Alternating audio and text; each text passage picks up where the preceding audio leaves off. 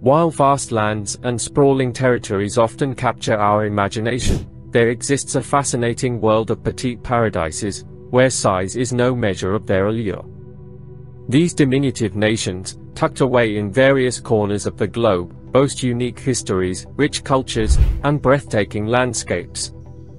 In this article, we invite you to embark on a journey to discover some of the smallest countries in the world, where grandeur comes in pint-sized packages. Before you watch our video, don't forget to like the video and subscribe to the channel.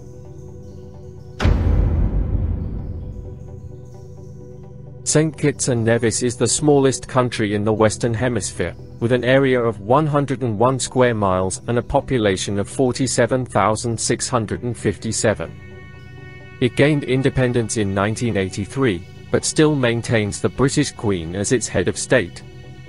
The islands were among the first European settlements in the West Indies and are known as the mother colony of the West Indies. The culture of St. Kitts and Nevis reflects a blend of Pan-Caribbean, Latin American, European, and African influences, evident in its music, dance, storytelling, and cuisine. The country is home to notable landmarks such as Brimstone Hill Fortress National Park, a UNESCO World Heritage Site. The Marshall Islands, consisting of 5 islands and 29 coral atolls, have a population of 41,569. This Pacific nation has the highest percentage of water in its territory, with 97.87%. Explored by the Spanish and Portuguese in the 1520s, the islands were later controlled by Spain, Germany, Japan, and the United States. The Castle Bravo nuclear test site on Bikini Atoll remains radioactive. Despite its natural beauty and rich marine environment, the Marshall Islands heavily rely on international assistance. They produce agricultural goods like coconuts, tomatoes, melons, taro, breadfruit, fruits, pigs, and chickens. The country also generates income through tuna processing, copper production, handicrafts, and tourism. With a population of 39,327, Liechtenstein is a little landlocked nation on the border of Switzerland and Austria. The official language is German, but English and French are also frequently spoken.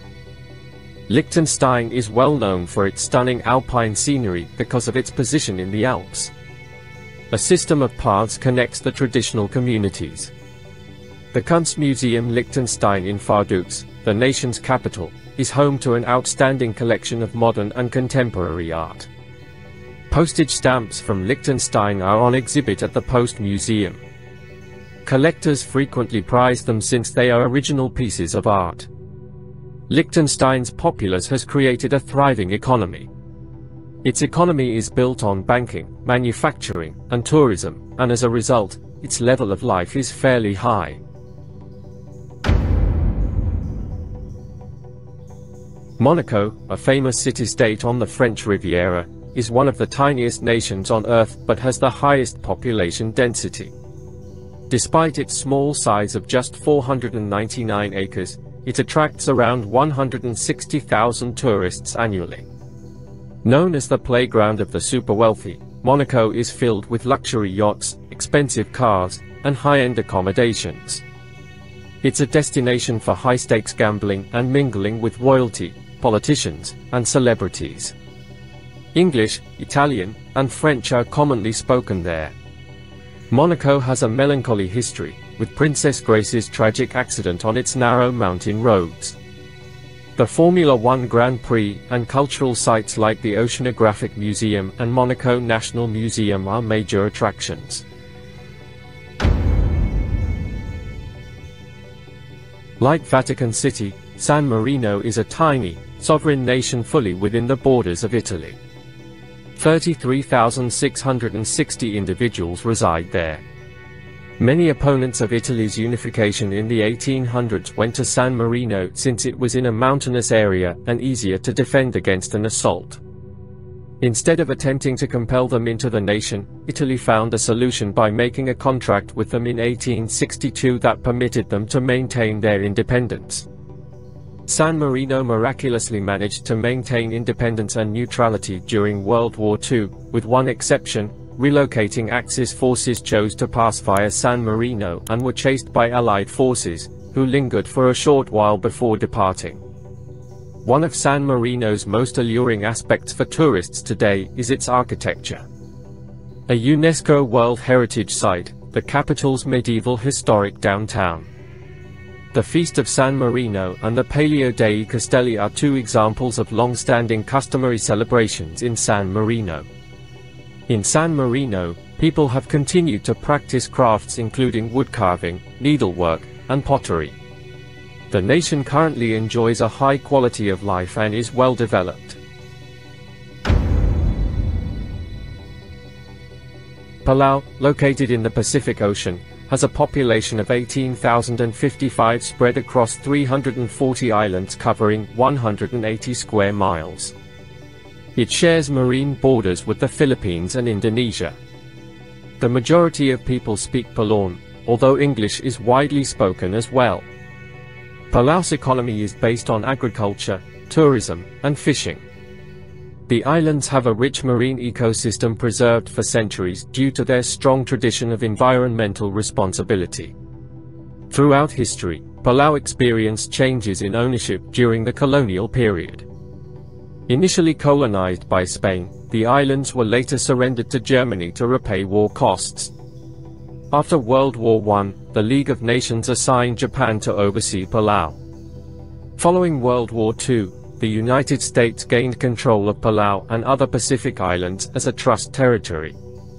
Although Palau achieved independence, it maintained strong ties with the US, with defense management, social services, and the use of the US dollar as its currency.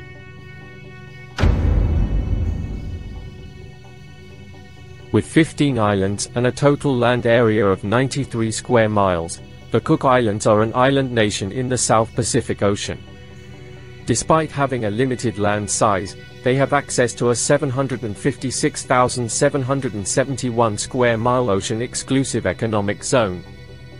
Many of the people who live in the Cook Islands have dual citizenship because of their free association agreement with New Zealand.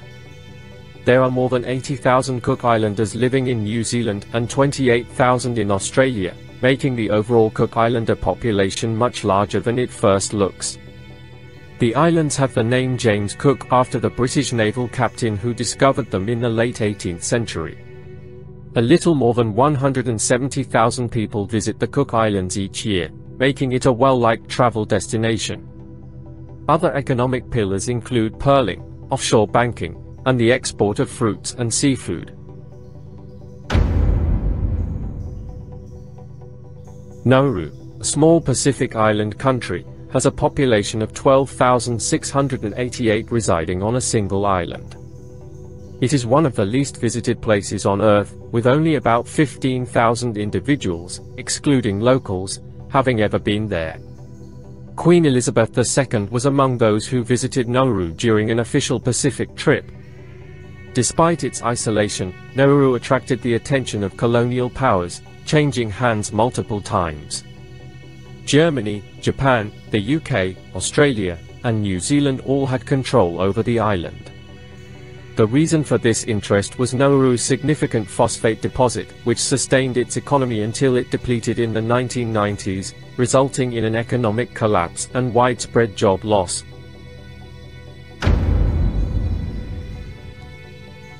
Tuvalu, a remote Pacific island nation, consists of 9 coral islands with a population of around 11,312. It is one of the most isolated countries, located between Hawaii and Australia. The land area is only 10 square miles, mostly at sea level, making it vulnerable to rising sea levels caused by global warming. Limited arable land poses a challenge for agriculture, leading to heavy reliance on expensive food imports.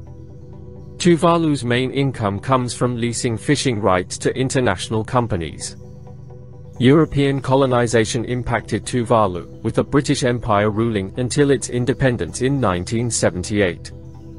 While the British monarch remains a symbolic figurehead, English became a widely spoken language alongside Tuvaluan, preserving the country's cultural values, traditional arts, and crafts. Despite its challenges, Tuvalu benefits from its remote location in some ways.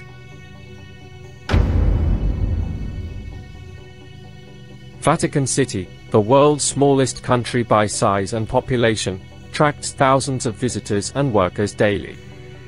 It houses a few hundred permanent residents and is enclosed by a wall within Rome, Italy. Despite its small size, Vatican City holds immense global influence as the heart of the Roman Catholic Church and the residence of the Pope. People from around the world, including world leaders and Catholic followers, come here, seeking the Church's support for political or spiritual causes. The Vatican also captivates tourists of all religious backgrounds with its iconic architecture, such as St. Peter's Basilica and the Sistine Chapel, known for their sculptures and murals. The Vatican museums and archives safeguard art, artifacts, and historical documents of worldwide importance, earning it the status of a UNESCO World Heritage Site. While Italian is primarily spoken for day-to-day affairs, Latin is occasionally used for official and ceremonial events. As you explore, you're likely to hear conversations in various languages, including your own. Our video has ended. In which of these nations would you choose to live? I can't wait to hear your thoughts on this. Don't forget to subscribe to the channel and like the video. Goodbye.